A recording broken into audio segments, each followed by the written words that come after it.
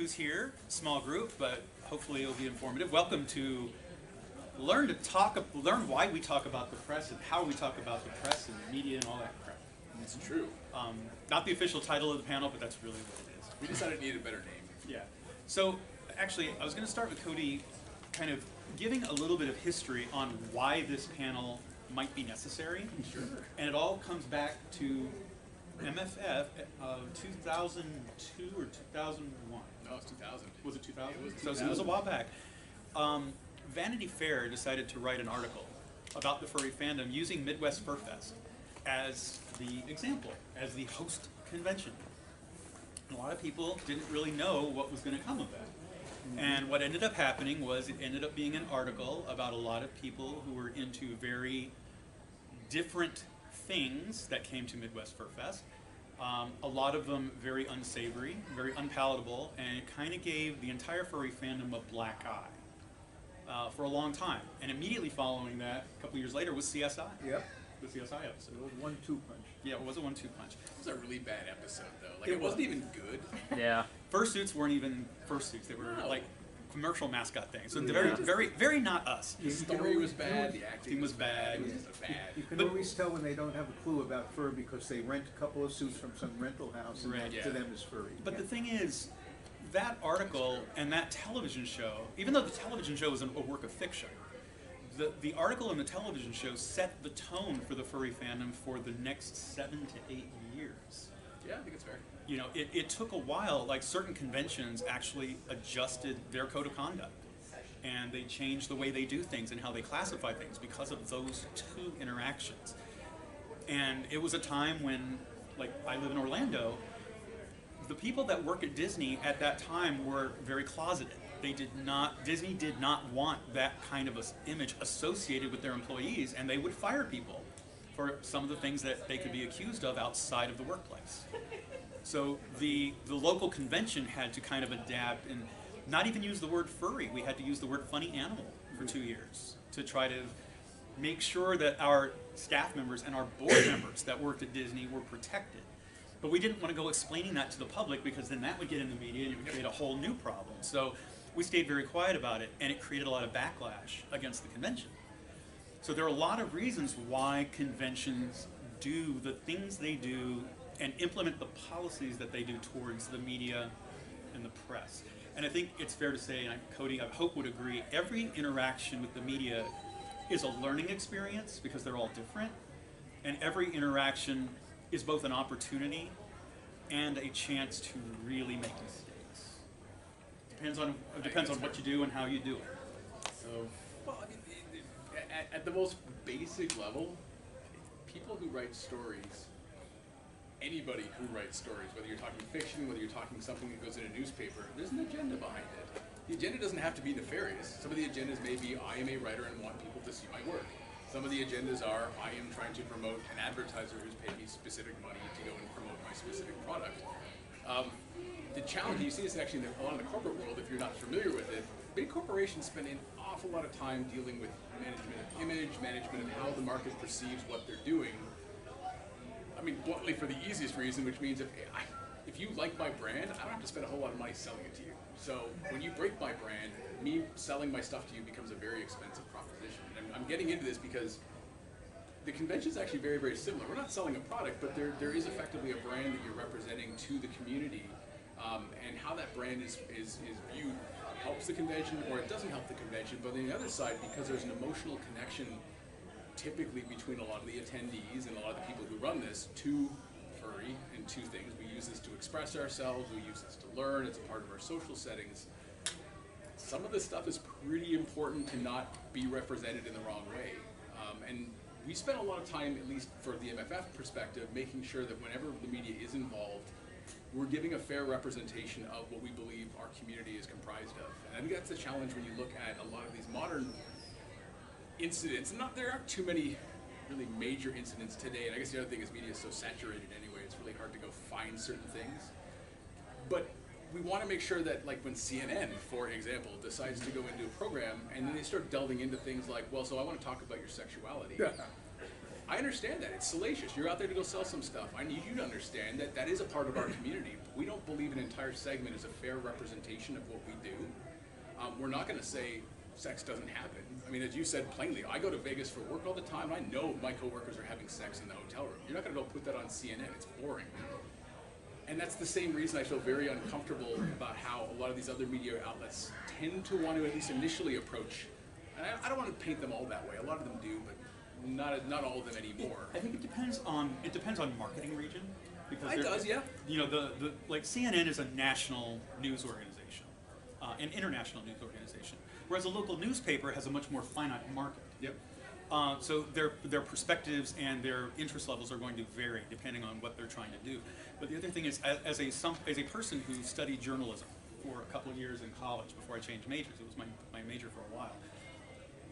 A lot of journalists do come in with very specific agendas, but also they come in from a specific viewpoint. And I keep using that word because it's important. Yep. There are some people that are feature writers and some people that are news writers, and they have very different reasons why they're going after a story. And I'll give you an example, and this has nothing to do with furry, but when I was studying, I did what was called the hobby beat in Houston. And we covered model trains, stamp collecting, coin collecting, sci-fi shows, covered all kinds of stuff. When I did the article about stamp collecting, I went downtown. There's a little shop where they sell all the newest releases. They call it the Postique. Got information on all of the different stamps that were going to be released over the next 3 weeks. Wrote it all up, get background on the people that were on the stamps, did a genuine news story on this piece. Got an F on it because it was boring. And they said, well, why didn't you focus on the Postique? That's a really cool little location. And my answer was, that's not news. For anybody in the stamp collecting community, they know that it's there. For people that go to the downtown post office, they know that it's there. Why would I write a news story on that? I would write a feature story on that. But for news story, no. And her response was, you don't understand modern journalism. And that's when I stopped being, that was the comment that made me stop being a journalism major, because I didn't believe it. It wasn't my thing. I wanted to write about news, not feature stories. A lot of news reporters now are looking for feature stories, and that's the personal side of things, it's the colorful side of things. It's not the drab, dry, this is the information you need, give it to you in 5 to 15 seconds and move on. They want to focus on something different, a very small angle for 30 to 40 minutes, and get whatever they can out of it that will draw in more readers. That's what a lot of newscasters that do national news stories try to do these days. They're not interested in a quick story. They want to dig deeper, find something they can anchor onto, and spin the story from there. That is not necessarily the person we always want to talk to. We will talk to them, but we have to let them know we are going to represent all of our attendees, and we are going to represent the one convention that they are there to see, not all conventions. Yes. To use a very colorful term, it pisses off other conventions when you try to represent them as another convention. Because it's not necessarily talking about them. No, and agreed. And it's not fair, I think, ultimately, Yeah. because so many these conventions, I keep harping on this, it is a lot of work from a lot of people to make any convention work, and it is such an emotional labor for so many people. When you effectively try to tell somebody, no, this is why you did that, which is what you're doing when you're speaking for somebody else's con, it really gets people upset. Yes. I didn't give hundreds of hours for what you just said I did that for. That doesn't really validate the work. You've actually cheapened what I contributed in my view to the convention. I think there's a lot of that. The challenge, though, I think, is as we grow as a community, what is furry? I mean, ultimately, and that could be probably a panel unto itself, but how then do you fairly represent it? How do you even fairly represent a single convention at some point? Because there are so many different facets. I think when it comes to each individual convention, every convention has a mission statement. And every convention adheres to a specific code of conduct. Those two things really identify what the con wants to do and how we're going to do it. And again, a convention in Florida, a convention in Pittsburgh are going to act very differently than a convention in Chicago because our demographics are different. The way we live are completely different. Absolutely, yeah. You know, the communities and the kinds of businesses that are around are different. The things we interact with are different. And it is very unfair and I'm gonna pick on Anthrocon because I'm on the AC board of directors, so I feel comfortable making a couple of statements, but I'm not gonna like talk for the whole con. But I think from AC's point of view, being in the community, being in the city is just as important to that con as being at the con. Yeah. Pulling you out and seeing how Pittsburgh reacts to attendees is very important to them. That is not necessarily important to Megaplex, though, in Florida, that the community, that we go out and do as much outreach to the community. Certain parts of it are, but it's not to the level that AC does. Yep. Midwest Fur Fest has a different relationship with its host city, Yep. and it's fair to compare the two against one another and say, oh, I want to do this, therefore I'm going to go there, because that's a choice of yours. But it's not fair to say, this is better than this, because I like this better than this. It's not inherently better. I agree. No, it's that same argument you get at the office. I like chocolate glazed donuts and you like crullers. Oh, well, no, you're wrong. It's like, well, that art is not good art. Well, it's art. How the heck, what? No. So I don't know. The fact that they're different, I think that's actually a really good point. I don't know. You could do a story just on that. The fact that furry in itself isn't just one big thing.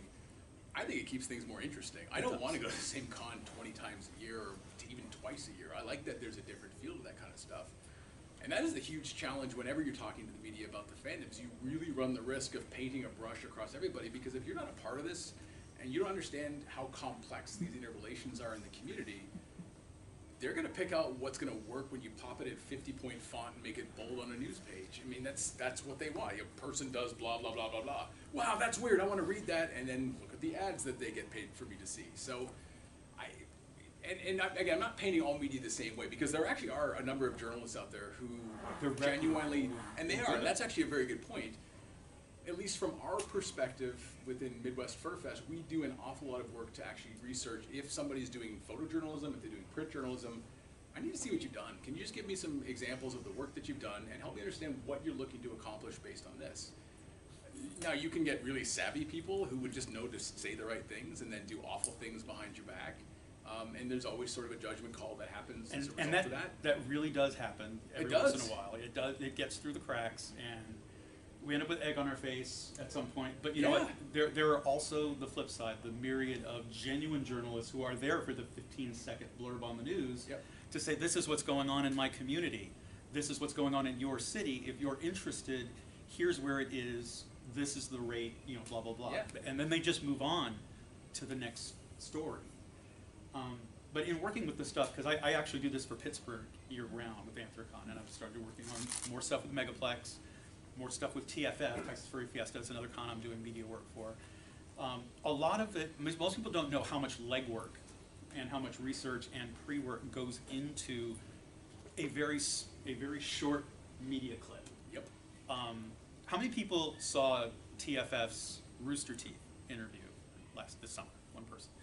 So they are a huge, and I didn't know this, they are a huge video gaming market blog. They're one of the biggest in the world. I did not know that. They're massive. And so as I'm walking around interviewing them, and I talked with them at a table about 30 minutes before anything got filmed, and I just said, I'm going to give you carte blanche. Ask me questions right now before we start the interview process. What do you want to know? And they're like, well, we hear there's a lot of adult stuff. And I was like, you'll find adult stuff in the same way if you go to Barnes & Noble and you go and look, there's the Kama Sutra. If you go to Amazon and you search for some adult products, they're there. Doesn't necessarily mean that's the focus of Amazon and that's the focus of Barnes & Noble. If you're looking for something, you're probably going to find it. If you want the truth and you just want to know what all these people are about, let's go talk to the people and let them tell you themselves what this is all about. Let me give you my description of the fandom, and you judge me for that. Let me walk you around the con space. And they were very comfortable with that answer, because we weren't trying to hide anything. We weren't trying to say, no, no, don't look at this, look at this.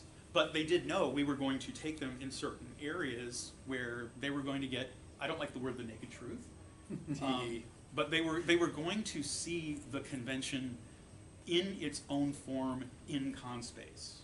And once we allowed them to see that, they were much more comfortable asking questions. I let Gus put one of my fursuit heads on, and his immediate response was, oh my God, this is getting so hot. Oh my God, I can barely breathe. And he took it off, and he was like, how the hell do you do that? And I'm like, you do it because you enjoy the activity. You enjoy costuming. And you get used to it. And you do acclimate. Very true. And the funniest part was, I was like, here's the bodysuit right now, here's the tail, and here's the hole that the tail goes through. And he goes, there's a hole in the back of the suit?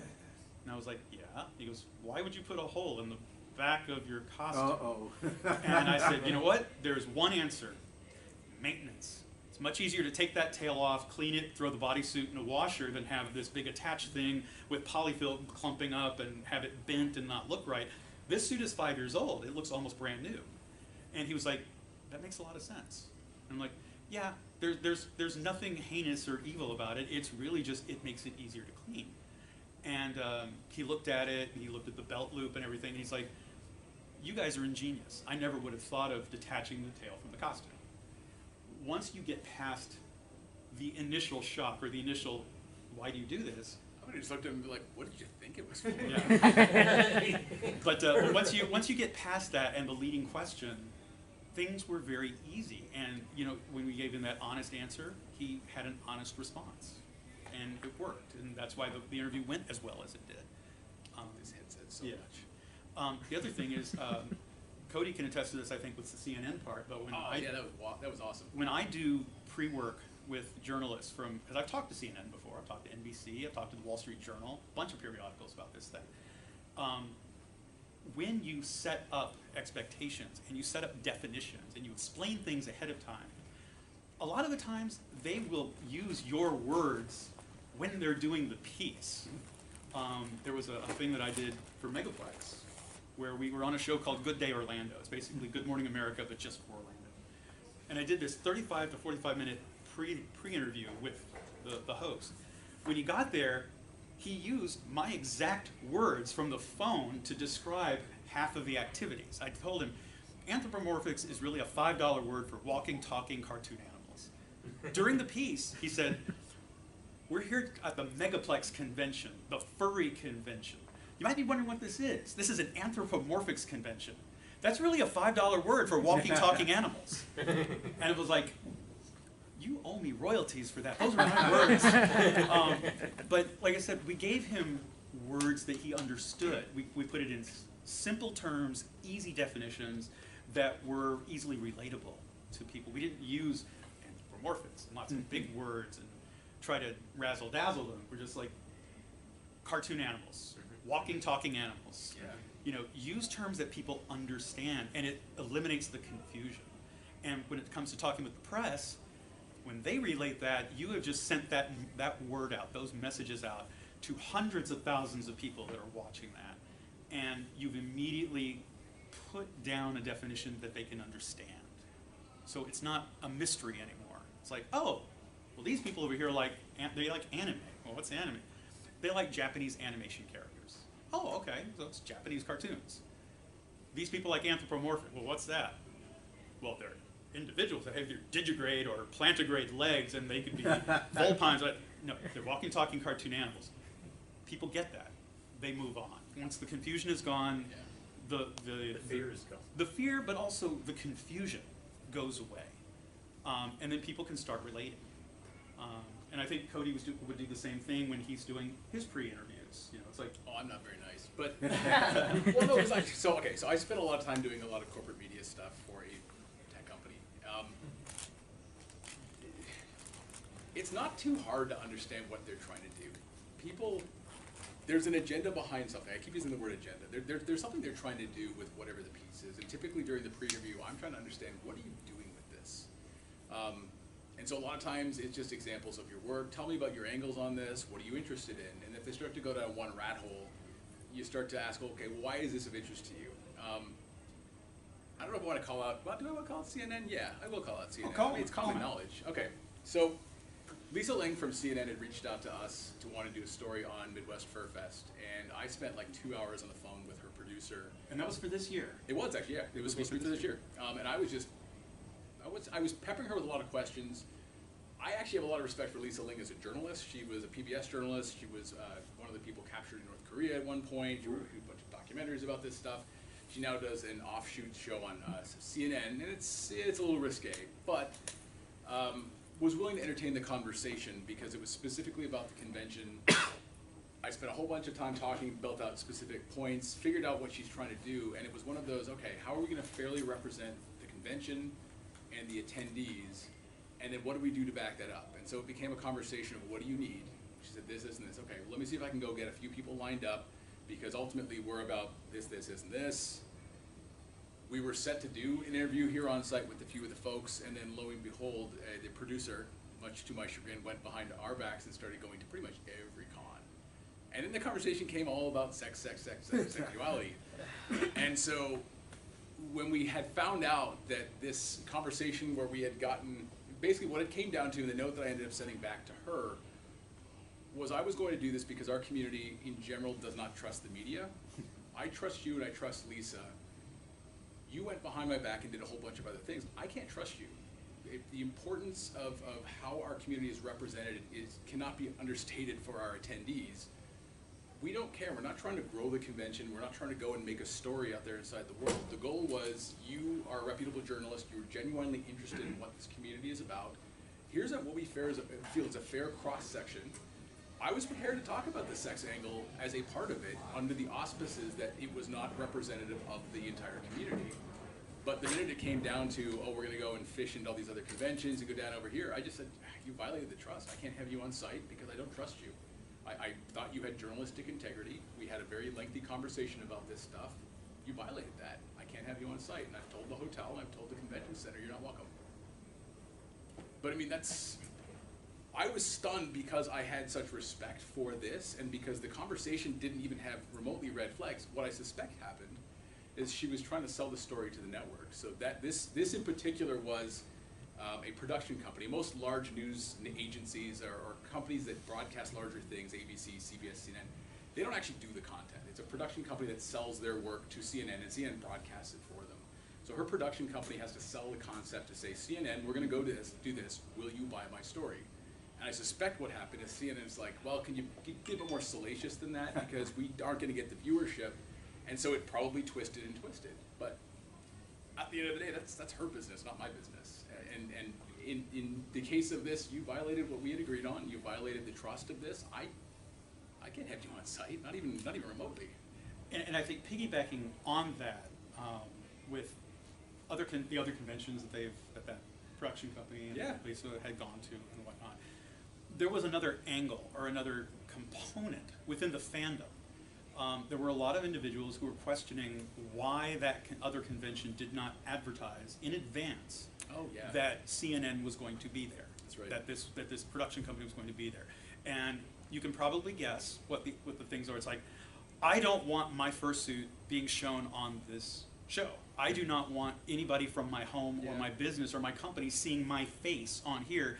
It is the convention's responsibility to let us know in advance. My response has been, no, it's not. And actually, it would have been irresponsible for a convention to do that. And here's why. When you tell publicly, you state that a major news outlet is going to be filming at your location, you have just sent up an invitation to all sorts of individuals that you don't want to show up, to come out and protest outside, to harass your attendees, to try to sneak inside. You don't want people knowing ahead of time. And that's why I wish more people would have come to this panel, if for that only reason, to know the con is looking out for you when they don't tell you these things, because they're trying to not become a magnet for the people you don't want here, the people you have already stated you are uncomfortable with being here because they cause problems. They're going to want to come here because they're going to think they get on television. Yes. You know, and so the con is being responsible, both MFF and any other convention that did not tell people in advance they were coming. They're being responsible and being protective of your safety and of your con experience. And you can obviously attest from the Anthrocon side, we had almost 20 news agencies reach out to us for the MFF this year, and 2 got approved. And of those 2, Chiro, who's been helping us with media, has been glued to them, like it just stuck the whole time. One of them I'm a little nervous about because I see where he's going, but this isn't Chiro's first rodeo either. And he does like the tricks that you talk about all the time. If they start delving into the sex thing continually, you kind of pull it back on them, and you're like, is there something you need to help me understand? Why are you so interested in sex? Is this a perverted piece? Do deviancy issues we need to better understand before we go further in this, and just make them feel super, super awkward and uncomfortable. There's no reason to fear these people. They're just people. A lot of these people, they may have a bit more experience, but they're just people. Make them feel brutally awkward and they generally go away.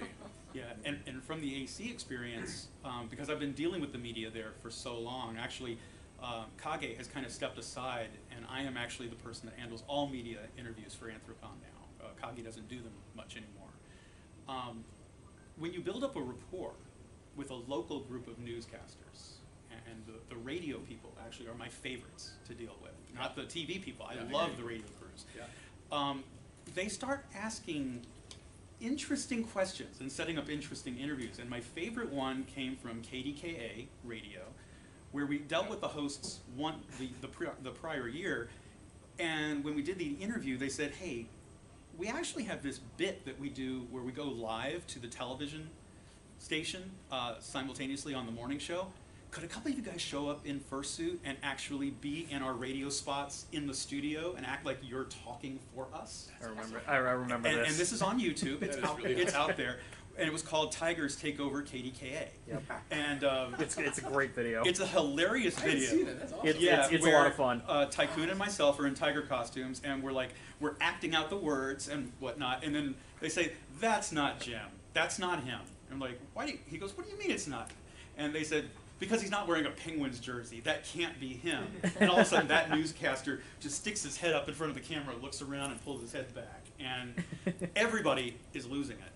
But when you get to the point where they know you by name and they look forward to you coming back, and they're not going to ask the awkward questions anymore. They're going to ask, well, what are you guys doing? We ended up playing the song that Fox Amore and Pepper Coyote wrote for the convention that is celebrating, Pittsburgh's celebrating Anthrocon. It's Pittsburgh singing to the convention.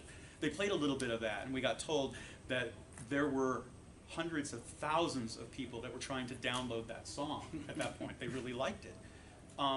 You can build, as a press corps, with the press corps in your host city, if you're willing to deal with them and help them understand you, you can build up an amazing relationship that will help the convention and help the attendees, because the attendees become more comfortable with the fact they know the media is not out to get them anymore.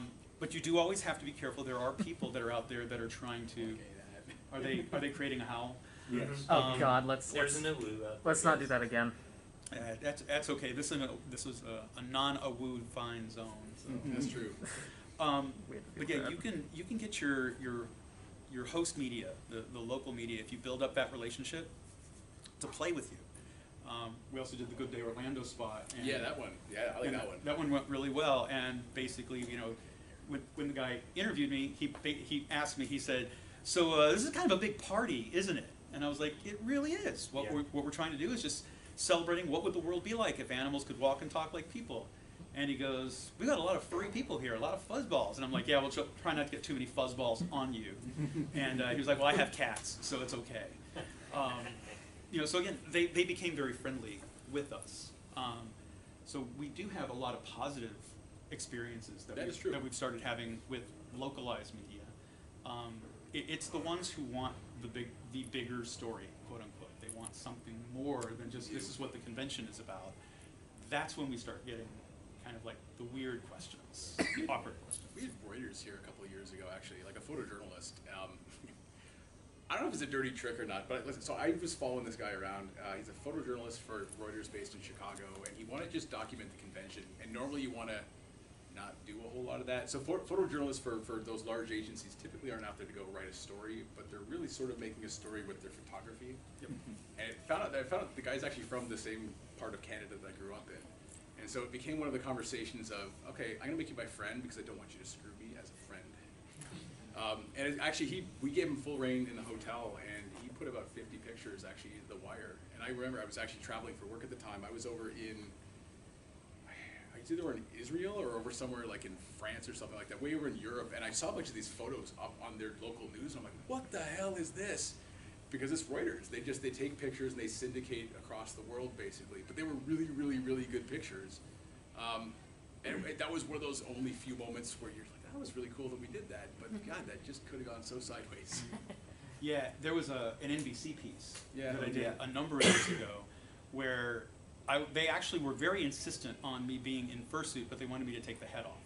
Oh yeah. And Yeah, they always want to do that. yeah, and I explained to them, there are some of us that are very old school in that we don't want to ruin the magic. And when I had to explain what the magic was, I was like, when we put a costume on, we create a character. We don't want to break the facade of what that character is, especially if you've spent years developing it. Taking the head off and talking, headless, kind of says, okay, I don't really care about the character's integrity anymore to a lot of people. Yeah. And so I said, I'll tell you what, you can mic the head, I'll wear the head, and I will do the interview in complete costume. That's awesome. And I was like, even though the mouth doesn't move, I'll do that. But I said, or you can interview me outside of costume, but I won't do a half and half kind of thing. You guys interviewed me, have me interview NBC at Anthrocon doing that, actually. I did. That was awesome. I did. And I remember, this particular person, I can't remember her name, but she said, this is not normal. A lot of people don't consider this normal. And I said, you're right, it is not the social norm for a person to walk around in a mascot costume dressed as an animal, walking, talking, and waving to people, in the same way that it's not the social norm for a person to paint one half of their face gold and the other half black, go shirtless and screaming in 30-degree weather for football players. I said, that's not normal either. You have to look at, when you talk about fan, the word fan is short for fanatic. And people don't realize that. And when you are a fan, you are a kind of fanatic. It means that you are going to a different level than a lot of people that are in the mainstream. Yep. To express yourself and to enjoy yourself. There's nothing wrong with that. There's absolutely nothing wrong with that. There's nothing wrong with people body painting and going out in 30-degree weather if that's their deal and they want the Steelers or the Seahawks or the Bears or whoever to win. UCF. UCF. Never happened with the Bears, by the way. Sorry, go ahead. Sorry. But if that's what they want to do, then they can do that. In the same way, if we want to wear a costume that we've commissioned for $3,000 plus, and walk around pretending to be a walking, talking dog, so long as you're not hurting anybody, there's nothing wrong with that either. And I think once the press understands that, and we give them quotes like Mark Evanier said, anything that makes you happy, that does not cause others to become unhappy, is worthy of great respect. He was one of the founders of San Diego Comic-Con. And when he came to furry conventions and he saw that, he was like, I don't know if wearing a fursuit really makes the world a better place, but judging by the level of happiness I see of furry cons, there's a bunch of people in Washington, D.C. who should be wearing chipmunk suits right now. He got it. At the very end of the con, he got it. And he saw it really is just people expressing themselves and trying to make themselves happy. And nobody is doing anything to make anybody else unhappy. You're not trying to hurt them. You're not trying to foist something on them. We're doing it in our own way and in our own space. And when people understand that, maybe they can see in the rest of the world it's the same thing. Don't try to impose something on someone else to make yourself happy. Just be happy yourself. So you brought us like that. I to this day I don't know what the rationale is. I mean, everyone has their own perspective on it. But the minute you're talking to most news media and they look at a fursuit and you go, I don't know, it's probably $3,000. Everybody immediately just goes from that's stupid to, wait a minute, really interesting. And it's almost like they gain additional respect because this is a very expensive piece of art now. And maybe that's what it is, but it's bizarre. You can take people who just don't get this at all, and they're thinking, oh, I go to the costume shop and I rent like a tiger suit for a couple $100, whatever. And you're like, no, this is a car. Somebody's wearing a car. Exactly. Oh, Yeah. oh my, okay. And when I remember with the Good Day Orlando piece, when I did the phone pre-interview, one of the things he said is, so tell me about the con. Tell me about the people there. And I'm like, okay, well, they're obviously the people in costume. They're the ones that are the most visible. We call them fursuiters. They're artists. They're people that will draw a character or an image to your specifications. You can tell them I want a white bunny rabbit, but I want it to have pink hair, and it's going to have angel wings, and oh, by the way, it's got horns, and it actually carries around a giant mallet. And they will draw that for you. And he was like, really? And I was like, plus we have musicians, we have stand-up comedians, we have publishers, we have writers. And he's like, wait a minute, musicians? And I was like, yeah, furries are musicians too. And he was like, tell me about the musicians. And so I told him about Foxamore and Pepper Coyote and Rhubarb, who happened to all three be there. And he was like, this is so much more than I thought it was. And I was like, well, what did you think it was? And at that point he was like, honestly, I thought it was just a bunch of freaks, that wanted to dress up in costume, kind of like sci-fi, only not as uniform. We're way nerdier than sci-fi. Yeah, but I was like, there's a lot of different perspectives, and I was like, I think when you come here, you'll see just how wide a spectrum there is and how much talent there is. And he was like, I'm actually looking forward to this. Yeah. When the interview was done, he told us, one, it was the smoothest piece that he had done all year, that it was very easy for us to do, and he was looking forward to coming back the following year. They actually didn't contact us, so something was going on. We're going to reach out to them and just make sure they're happy.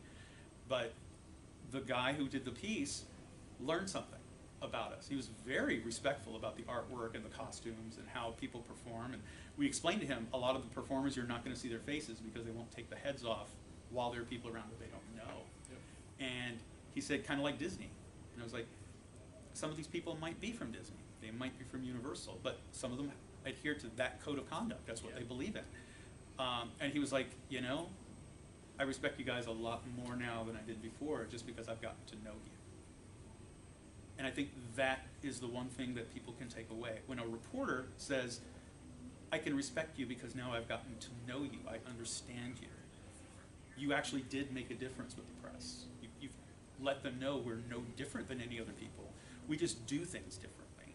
But we're out there to raise money for charity, have a little fun, blow off some steam, and at the end of the day, we're still bank tellers and students and corp executives and warehouse managers and military and all the other things that people happen to be here. And Will Wheaton. And Will Wheaton. I'm pretty sure Will Wheaton's a furry. He'll deny it. But He's one of those angry furries. Yeah. What's wrong with him? What was up with that Joe Rogan thing the other day? What was that? I don't know, actually. I don't know about the Joe Rogan thing. Yeah, What I was don't know. Joe Rogan posted on Twitter. He was like, "What's this furry thing?" Is he a news guy? No, I think he's like some. What is he? Some podcaster or? Oh, Yeah, he's- if it's a podcaster who's asking a question like that, he's looking to do a show. Well, he's looking for people he's to reach looking- out and go, oh, yeah. it's this. Yeah. And if a bunch it- of people ignore him, Yeah. he's not going to bring it Oh up. no, correct. people were sending him the CSI thing. So question, Joe. Not a question, but one of my favorite things when a lot of these companies, like when it came to the iPhone X review, they started noticing that you could be like a talking cat and a couple of other things inside of it. And there were quite a few different cat podcasts, video casts, even news channels that their staff were thinking back to when they had interacted with the furry community. And every once in a while you would hear on the air a quip from the newscaster or the talent or whoever was talking about it saying, well, I guess this feature shows that we all secretly want to be talking animals or secretly want to be furries. And I was just thinking, yes. I find that funny because that perception, again, of what furry is. Yeah. I know 3 or 4 furs who work for Apple, so I mean, I know. that's probably where it comes from. Yes. So, Talking about not letting the media into the convention, I forget where it was, what piece it was, but they had this like slow zoom in on they didn't allow us inside to see what was going on. Yep. So they can take that and flip that around too. If they feel no, like they can't. At least in the case of what we've done, and actually Anthrocon does it. We do it one way, and actually it's a similar tactic, different message. We focus an awful lot on the charity, and actually that was a big part of the message when we were talking to CNN. Is all the charity work, and you belabor it to the point where they just don't want to talk about it anymore. But then you just keep talking about it. With And that's just how you do it. Well, you do it with the city of Pittsburgh and all the awesome That's- stuff that you guys have. That's what we do, is we focus on the economic impact Yes. to the city of Pittsburgh. It's going to come out, I believe, first quarter next year, around March is when we'll get it. It is forecast that Anthrocon is responsible for a $7 million contribution in the course of 3 days into the Pittsburgh economy in the summer. Yep. That is unheard of, literally unheard of in Pittsburgh. There is no other convention that does that. The Visitor and Convention Bureau has said Anthrocon is the single most important out-of-town convention that comes in to the city for the entire year. It just used to be the summertime. Wow. Now it is the most important out-of-town convention all year round. It is the one now that they do not want to lose. Of course, Chicago and Orlando. It's a drop in the much bucket. higher standards. Yeah, well, it's a drop in the bucket Yeah. because we are Yeah. big cities and or Higher touristy cities. I've said this before. There's 10 million people Chicago Metro. We could have 20 FurCons going on and no one would care. But yeah, no, See, we. and I noticed that. Yeah. Yeah. Because when you're in Pittsburgh, it's like everybody's honking at you, everybody's waving, everybody's cool, you know, hey. Yeah. Well, they're You're used just to like- us by now. Nah, nobody cares. I don't hate you. They're just like, whatever. Actually, I was walking with Albaz to the. If anybody knows Albaz the lion, he's the poker lion.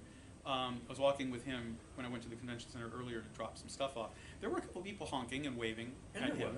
was a few. There's a few. That's true. Because I personally think a big blue lion walking down the thing wearing a Chicago Cubs t-shirt is probably going to get a little bit of attention It will. Yeah. in this town. That's But pretty yeah, cool too. yeah, I mean, the media is and the press are always looking for what I guess we would call color.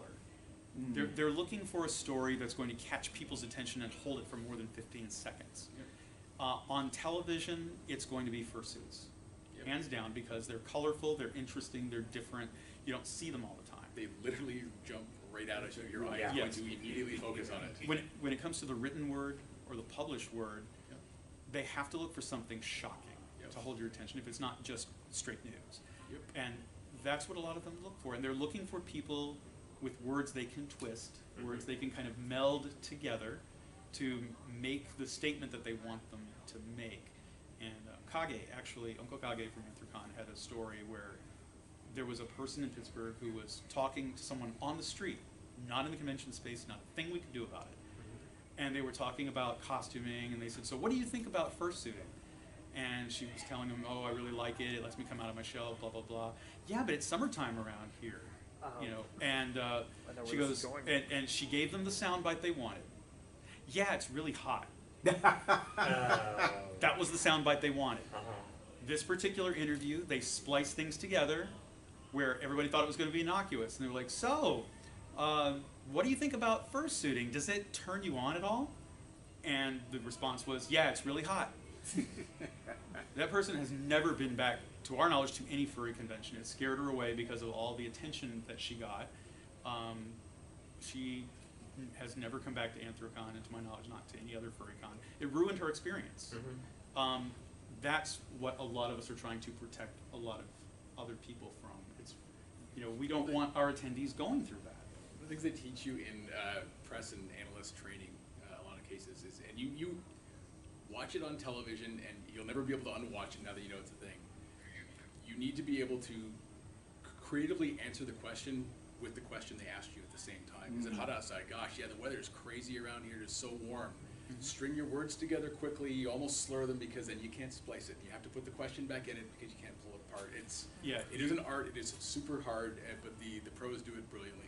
Yeah, if you are not answering the question with their words, Yeah.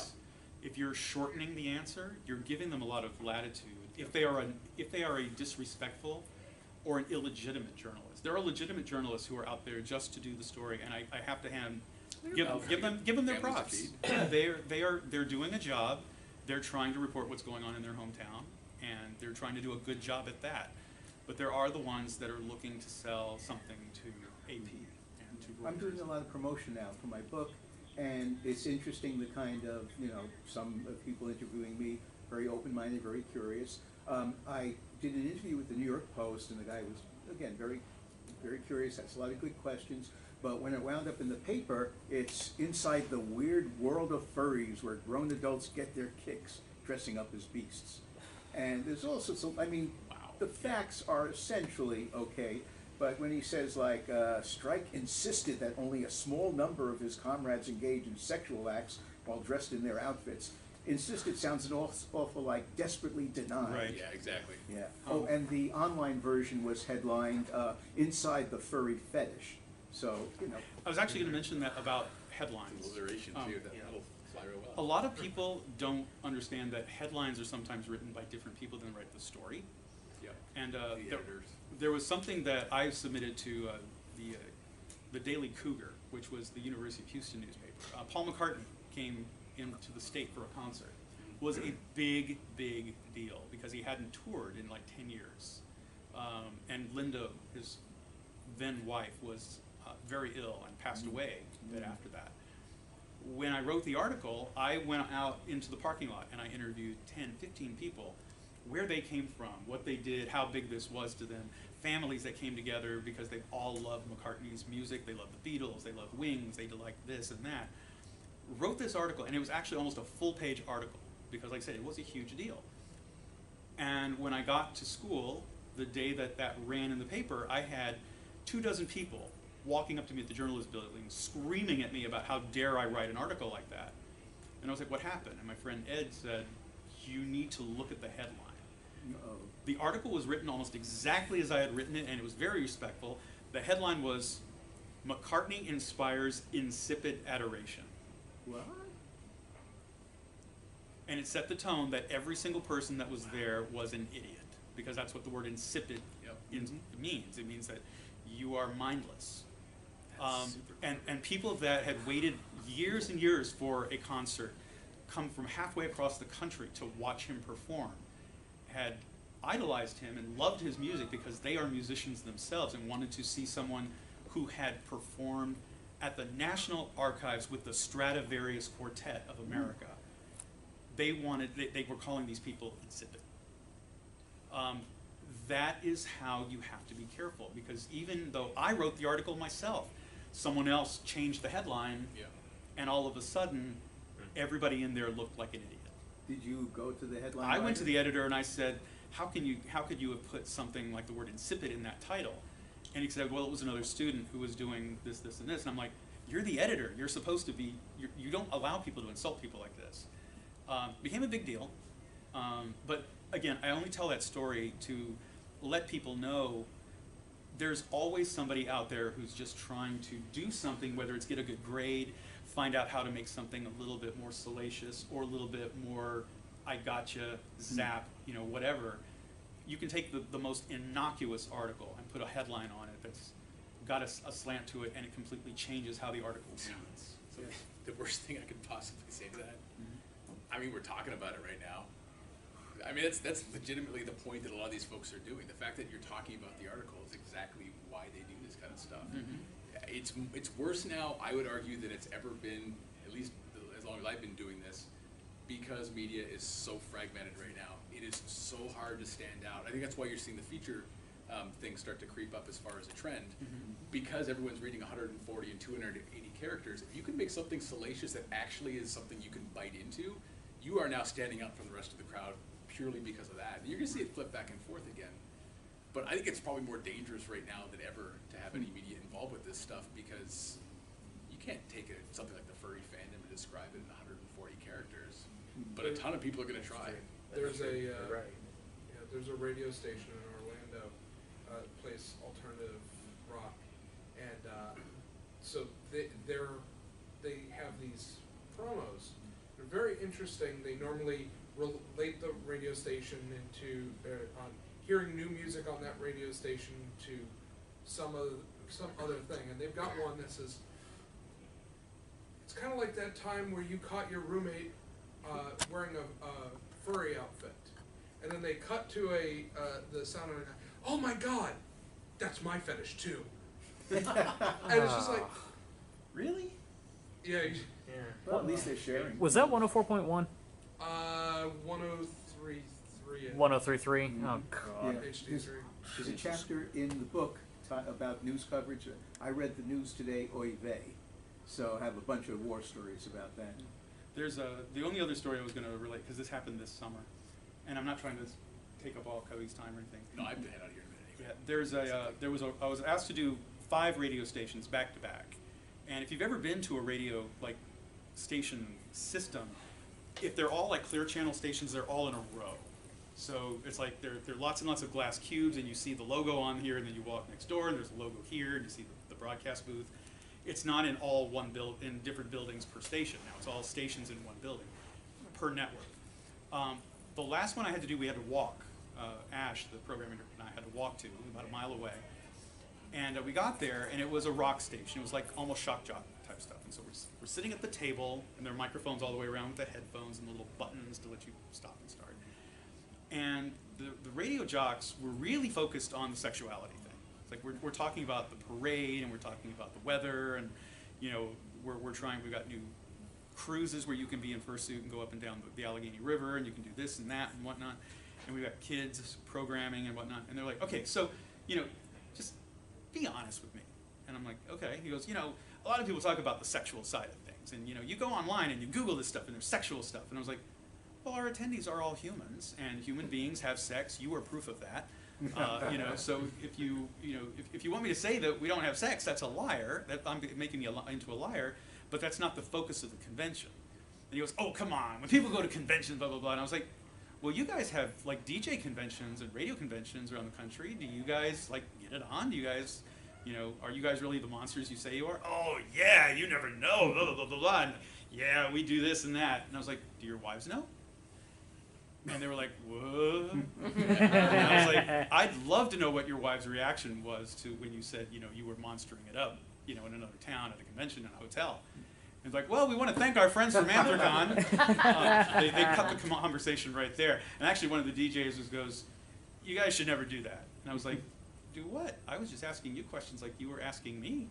And he was like, don't try to make us look bad. I was like, you did that yourself. Yeah. Chasing your own medicine. Yeah, I was like, you guys did that yourself. Don't try to make us look into something that we're not. There's a whole umbrella of people that are there. You were making fun of the fact that I wear a business suit. I like to wear business suits. I like wearing a tie. That's my thing. I like to dress up. I'm not trying to put the best face on the convention. I'm putting the best face on me, because that's what I want to look like. Kage had a great response to that line of questioning. He said, you seem awfully interested in sex for some reason. Yeah. Yep. That is a beautiful line. Yeah, but yeah, those are the things. When we do have people that are shock jocks that want to focus on a lot of that stuff. I did upstairs. Yeah, I'll wrap it up here. Yeah, right. Thank you Hey, guys. thank you. Apologies. Thank you. He is a busy con chair working on it. Yeah. And it is almost time to. It is actually time to wrap it up. But yeah, the point with the media is there are good media people and bad media people, and we don't know who they are until we talk to them. A lot of people that are attendees that have not dealt with the convention point of view don't really know what the conventions want to focus on. Because every convention has things they are proud of and that they want to feature and they want to talk about. The charity work, or having Wish Kids come and show up at a convention, or the fact that we're raising $6-7 million as a fandom into a local economy in 3 days. Every convention has their talking points. If you're trying to impose your personal belief system on a convention's talking points, you're kind of superseding what they are trying to do as an organization. And we all are private organizations. That's how we manage to keep the peace and how we manage to keep everybody safe. We have our own rules that are not just open society rules. So when dealing with the media, if you see somebody who looks like media and they don't have somebody with them that has the right badges, see if you can get someone to go in that direction, or tell them, hey, let me get someone who can answer those questions for you. Because I personally cannot speak for any conventions I am not told to speak for. All three of the ones that I am authorized to speak for have very different answers for different things that they want said, because it's what their mission, it involves their mission statements. And I would suggest, anybody who tries to say one convention speaks for the fandom is really, really doing a disservice to all the conventions out there that are trying to do different things for different people. That's the final point that I would make. Is every convention has a point of view. Please respect them.